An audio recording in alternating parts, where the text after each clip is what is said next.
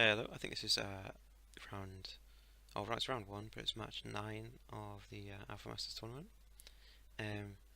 This is, I think it's pronounced Woerner92's creation. We've seen quite a few boats kind of similar to this. Oh, that's quite an interesting touch. So we've got some laser designator. Are they torpedoes? No, they are missiles. So let's hope they get out of the water. Laser designator missiles there, and some turrets which are sort of just probably going to have a bit of problem with friction on the deck. Well, in fact, actually, I think it seems to be having a problem with catching a corner. No, pushing me around. Yeah, so building turrets on the deck like that. Currently a little bit ill-advisable because of the friction, but it does protect the actual turret block itself. And if the turret block gets destroyed, then you've got a serious problem. So not a bad idea in all. These missiles, what are they? Infrared seekers. The one turn is quite important there. So these things are just going to fly up, and then turn towards the enemy they were launched at, and then hopefully get an infrared signature lock on them. Pretty powerful looking ship, really. It seems to have 2 sets of armor. Oh, even more, in fact. Let's go inside. Okay, so what's he done here? So there's probably, I would have thought. Okay, well that's interesting. So he's stuck the ammo near the edge, which is not really very advisable. Let's see what's in here.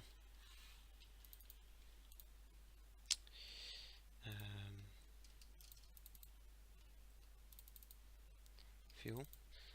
It's not tremendously explosive anyway, but worth keeping. And probably far more fuel than is actually needed in this build of the game, but who cares? Okay. So I'd say the weak point here is the ammo next to the side wall, or near the side wall, although how thick is wall? Wall is in fact very thick, so I tell a lie. It's very secure actually. Good design. Putting the detectors under the water, well that's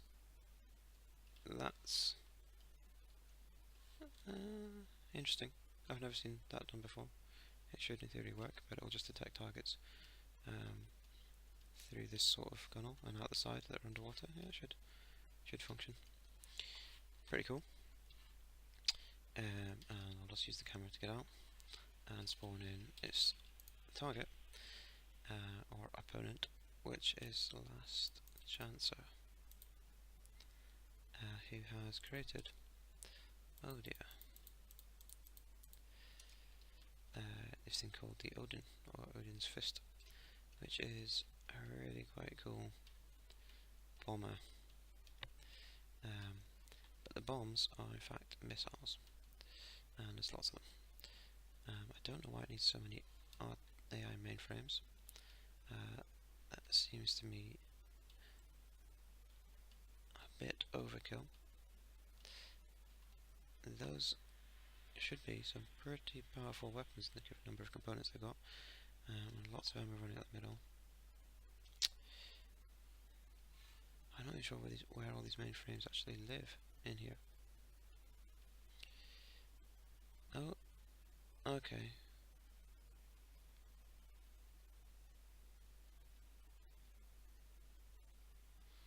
That's interesting.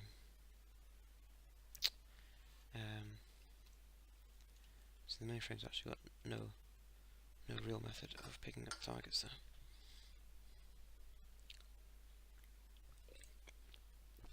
Which might be kind of pointing to a bug in the code, really, because those missiles should never really get launched, because those mainframes presumably don't have any target detectors, so I need to look into that. So let's begin this fight. So as far as bugs go, if it's in this build of the game, you can use it. I'm sure he didn't know it was a bug. But so LastChancer has created that. We want to spawn a Woerner92, which is much easier to spawn the thing with the one mainframe first, that's in the water rather than on the land. And I think he requested his, he submitted his vehicle quite late, whereas LastChancer got in there very early. And he has to be spawned in as high as possible. So there he is, as high as I'm willing to go. Now, the AI cards, let's turn the HUD off. AI cards, you can now customize them to set a default altitude to fly at. But in the build this ship was made, you couldn't do that. And it is firing its guns, so obviously there is something wrong with the code there, that it's detecting targets it shouldn't. Now what's really quite funny about this thing is it fires the missiles down, they then go underwater, it comes sprouting back up, and then basically heat seek in on the vehicle itself, and it is just by the grace of God that they have or appear to have safety catches. I'm pretty worried that he would get one of those actually stuck back inside. Right, so this is a completely broken result, so I didn't turn the AI actually on, but it's quite interesting to see what this bomber will actually do anyway, which is something quite unexpected. So the infrared seeker, oh, there's me dead. The infrared seeker will still actually lock on it.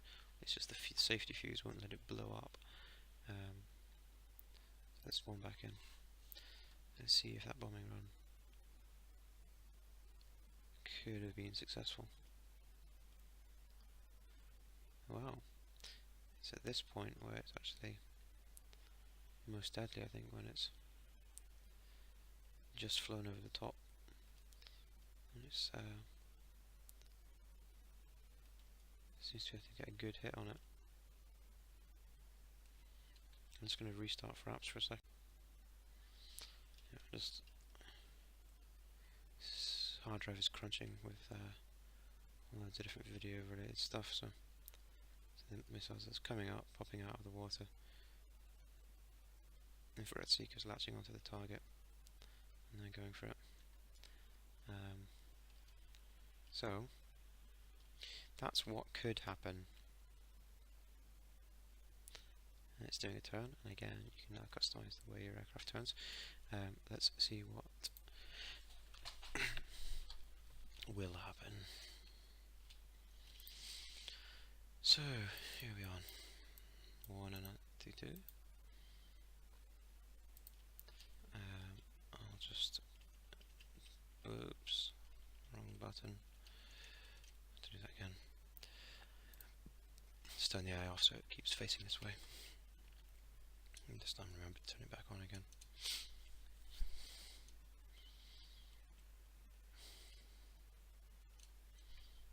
And we'll give LastChancer the height he wanted, but also stick a large distance in there, converted enemy vehicles, and stick Woerner to combat mode. So the Woerner has acquired a target and is firing. So he's got some very fast missiles. Oh, some have run out of fuel, but and ended up blowing up on all the debris from the other ones. Quite cool. And I think we're basically going to hit ammo barrels now. So judging the amount of ammo barrels you actually need is quite important, and I'm sure he does need a lot because he's dropping a lot of bombs. But this ammo barrels being the end of them. So we need to have some sort of automatic missile defense, I think, in the game, but until then, nothing to stop. some well-built missiles cracking you in half. So anything that is not part of the vehicle itself is treated as debris, like that wing there, that will be debris. And when it's too much debris, some is removed, so that's why large chunks of vehicles occasionally just disappear, just to make room for more debris. Probably be updated in the future to keep the larger chunks around and just remove small chunks, but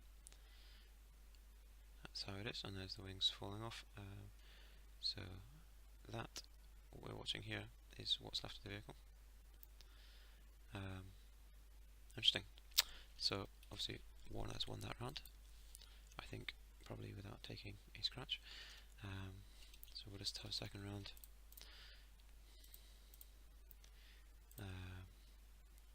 And maybe see if LastChancer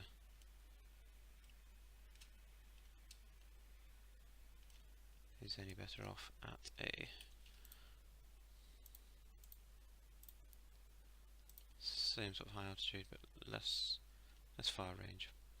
So why the missiles come up facing backwards? Well, I think that's just because it's facing down when they fire. So they will aim for a point that the missile launch pads basically are looking at, which is behind the plane when the plane is facing down. So I think if there was one-turn modules on those bombs, this might be a very different story, because the bombs would then fly towards the enemy ship.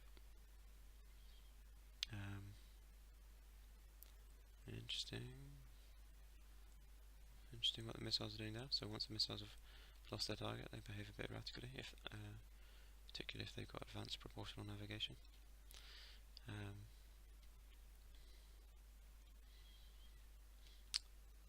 Which again is, I think, most useful when the target's got some level of motion in it. These things are just struggling a little bit, especially when a missile is not flying towards the target. It's hard to estimate the trajectory needed to hit the target. Much easier when you're launched in the direction of the target initially. So they had no problem hitting it when it was at long range, but these sorts of engagements are a bit more difficult. Now this is quite interesting now. So there's a couple of seeking missile launches, basically against this turret, and that turret is dead. So the only thing that's going to win this fight for Woerner now is his turret eventually blowing up LastChancer, or him just relocating by just driving forwards. Because those missiles are going to keep on doing that.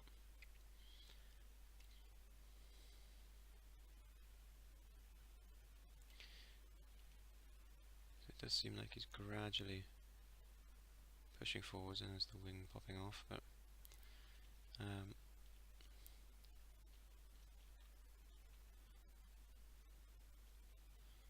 there is the AI mainframe that's doing it. It's actually going to come in range of these guns, and the fact that the ammo barrels haven't yet gone and all these missiles are still intact. There's obviously something missing, or they'd still be firing. But oh, and they do work. I was not sure they did work actually. That's quite cool. Looks like they might have not very many ammo crates on them, because they seem to be kind of firing not at full speed. I'm guessing they are just aiming through to those ammo barrels. Yep.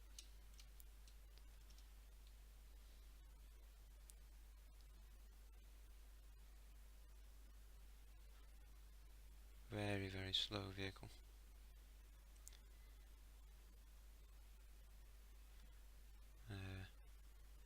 And he's chosen armor piercing. Oh no, it's a mixture of armor piercing and explosive, which is actually ironically enough, tends to be bouncing off the enemy and coming back at him.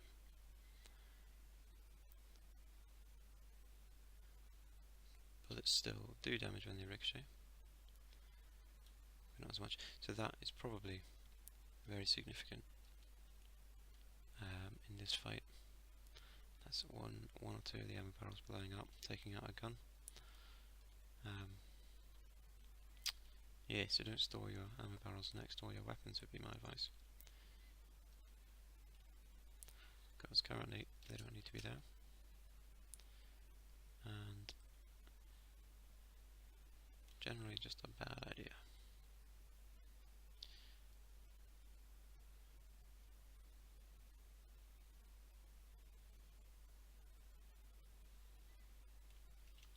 He's still got his gun turret.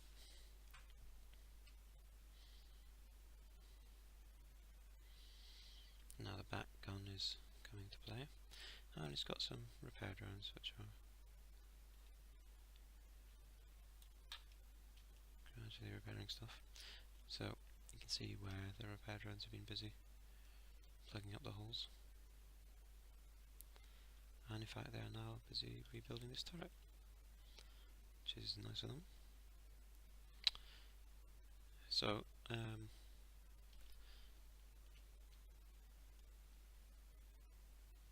oh, there's a wounded ammo barrel, it's not what you want to see.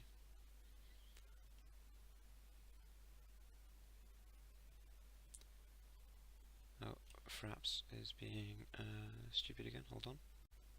Okay, well, that should be better. So once the file gets extremely big, it's good to start again.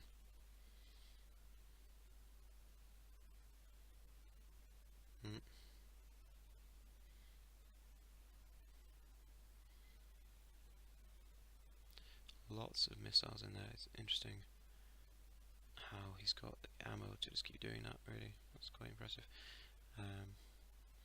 He's almost getting the range where these vertical launch missiles will come back down on the target. Not quite.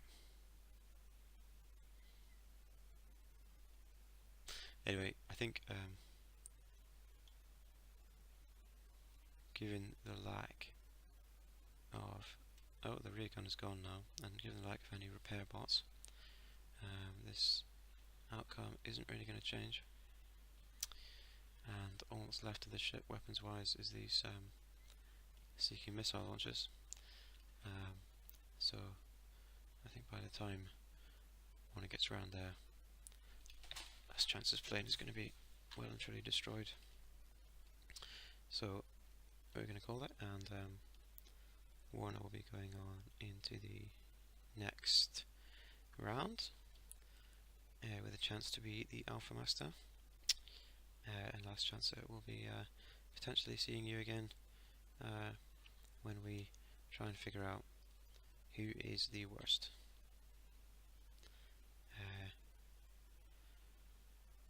As they also have a chance to be the ALPHAMASTER.